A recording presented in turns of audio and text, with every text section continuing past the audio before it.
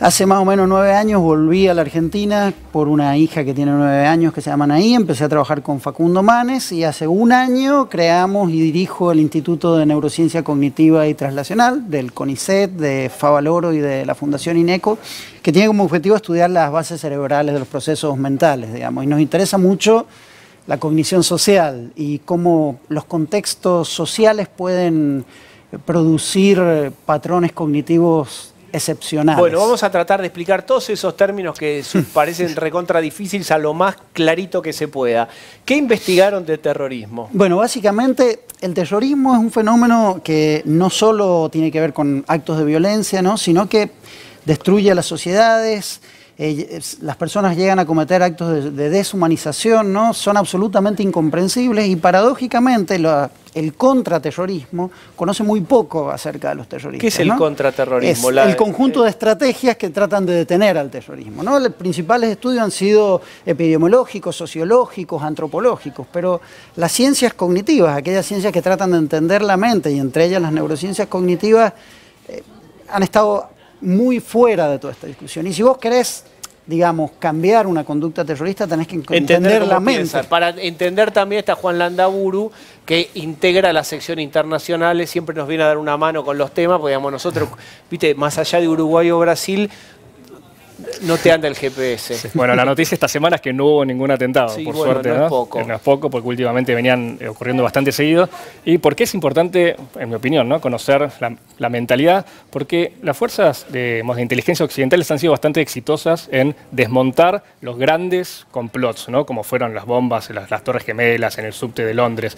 Estas células fueron, digamos, la ofensiva militar fue bastante efectiva. Ahora están estos lobos solitarios. Entonces, el desafío actual es identificar quiénes son esas personas que son potenciales terroristas. Por ahí tienen lo que llamaríamos otras ideas, otra cognición. Exactamente, empecemos ya vamos al toro, como se dice. Dale. ¿Qué está pensando un tipo que se pone una mochila con explosivos y va al recital de Ariana Grande ahí en alguna ciudad de Francia y hace volar y no le importa que hay adolescentes, digamos? Sí. No es la primera vez que hay un ataque en donde mueren chicos o adolescentes, pero yo no recordaba tan dirigido a un segmento preadolescente, que ya es más sensible el tema. Claro. No es que el otro no lo sea, pero entienden lo que quiero decir. Sí, ¿Qué piensa ese tipo que va ahí con la mochilita? A priori vos podrías distinguir 3 factores importantes, ¿no? Una es la idea de que propiamente atribuido al terrorismo, que el fin justifica los medios, ¿no? Que no importa lo que hagas si vos tenés que tener un resultado particular. El otro tiene que ver con la exoneración de la culpa, digamos, es decir, tiene que haber algún proceso donde el cual vos no te sentís responsable de lo que haces, ¿no? Algo que, por ejemplo, en los juicios de Nuremberg, ¿no?, con los nazis, la gran mayoría de las personas dijeron, yo solo recibí órdenes. Es un ejemplo de exoneración. Sí, el experimento de Milgram. Claro, eso te muestra otra cosa, que es el tercero a lo que iba, ¿no? Que hay factores socioculturales que hacen que tu moral pueda cambiar radicalmente. Nosotros tendemos a pensar la moral como un fenómeno universal. Sí, se sobreestima la potencia del músculo moral y se cree que siempre va a estar tonificado y que no me van a convencer de hacer lo contrario o lo incorrecto. Sin embargo... Sí, bueno, básicamente lo que nosotros quisimos hacer, primero que nada, es poder acceder a una población absolutamente excepcional. Nos demoró más o menos 4 años, acuerdos internacionales con instituciones, universidades, centros que se dedican a, digamos, a la reinserción de excombatientes, y elegimos Colombia porque, aunque no son tanta noticia como ISIS o Al Qaeda, el terrorismo colombiano en los últimos 20 años ha matado más de 70.000 personas. Se han cometido actos de deshumanización tremendos. ¿Y es trasladable la cognición del mundo de ISIS o Al Qaeda a mundo Colombia? Esa pregunta depende al nivel de descripción que lo quieras decir. Por ejemplo, a nivel de patrones de acción, toma de decisiones, interacciones ecológicas entre política y decisiones, los grupos terroristas son bastante similares. Hay mucha investigación que muestra que vos los podés, digamos, podés encontrar patrones muy comunes, y de hecho el terrorismo colombiano tiene una de las máximas manifestaciones de este tipo de conductas violentas. Decime frases que te hayan impresionado entrevistando a algunos de estos señores. Sí, bueno, estos señores, más que frases, hay que contar un poquito sus antecedentes, ¿no? Son sujetos que fueron 66 paramilitares que en promedio mataron a 33 personas cada uno. Algunos de ellos mataron a 600 personas, algunos tienen acusaciones de 4.000 personas, o sea, son chicos de cuidar, ¿no? La gran mayoría de ellos cometió masacre, en promedio 4 o 5 masacres, ¿no? También cometieron fraude, secuestro, violaciones. Un hábito que ellos tienen, por ejemplo, es entrenar a los niños. Cuando producen una masacre, por ahí el entrenamiento de los pibes es que los tienen que desmembrar y enterrar, ¿no? Entonces, básicamente hay un aprendizaje tremendamente bestial de la violencia.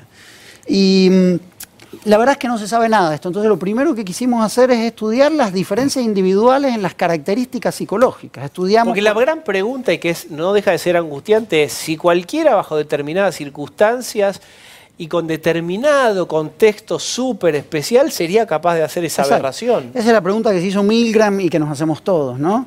Lo cierto es que ni la biología ni la cultura por sí sola explican estos fenómenos, ¿no? Por supuesto hay diferencias individuales en biología y hay predisposición a la violencia, pero el aprendizaje sociocultural es tan importante. El cerebro pero no hay gente que pueda decir no, digamos, o siempre estás determinado por el contexto. No, claro, hay gente que puede decir Tenés que tener una personalidad antisocial, etcétera. No necesariamente una personalidad antisocial. Hay experiencias de vida, por ejemplo, la genética. Tenemos 3 minutos para agotar lo máximo que podamos. También si uno ve lo que es la cantidad de musulmanes que hay en el mundo y los que se radicalizan, es un porcentaje ínfimo. Sí, o sea, la gran Entonces, mayoría si tenemos son poco pacíficos. tiempo... Sí. No, ahí siempre hay como una tensión entre cómo te condiciona lo social versus lo individual.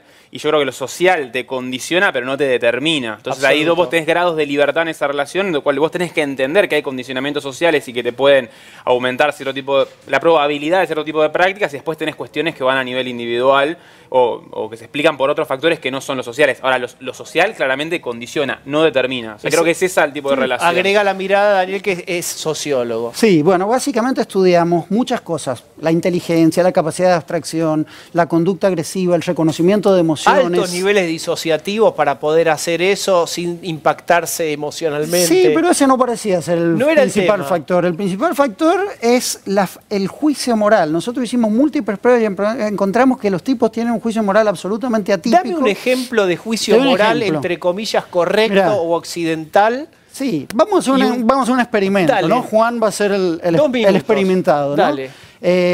Yo soy Álvaro, vos sos Carlos, amigos de toda la vida. Yo tenía una novia Alfonsina que me dejó y se me quedó el corazón partido. Y ahora vos, mi mejor amigo, te enganchás con ella, ¿no? Yo me caliento, te quiero asesinar y te digo, tomá la agüita que te siento la voz un poco de áspera y te puse cianuro. Te morís.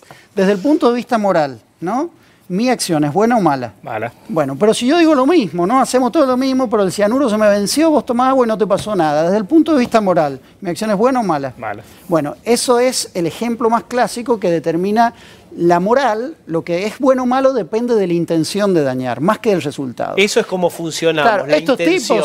Estos tipos decían, si en este caso Carlos no se murió, no está mal, ¿no?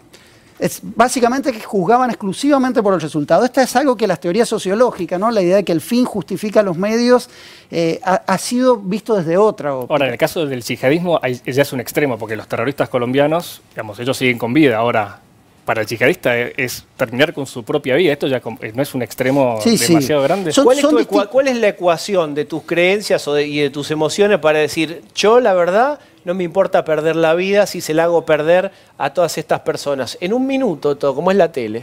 Claro. Bueno, es que el punto de eso, la religión o digamos, las conductas fundamentalistas, ¿no? Hay que pensarlas en términos no religiosos, ¿no?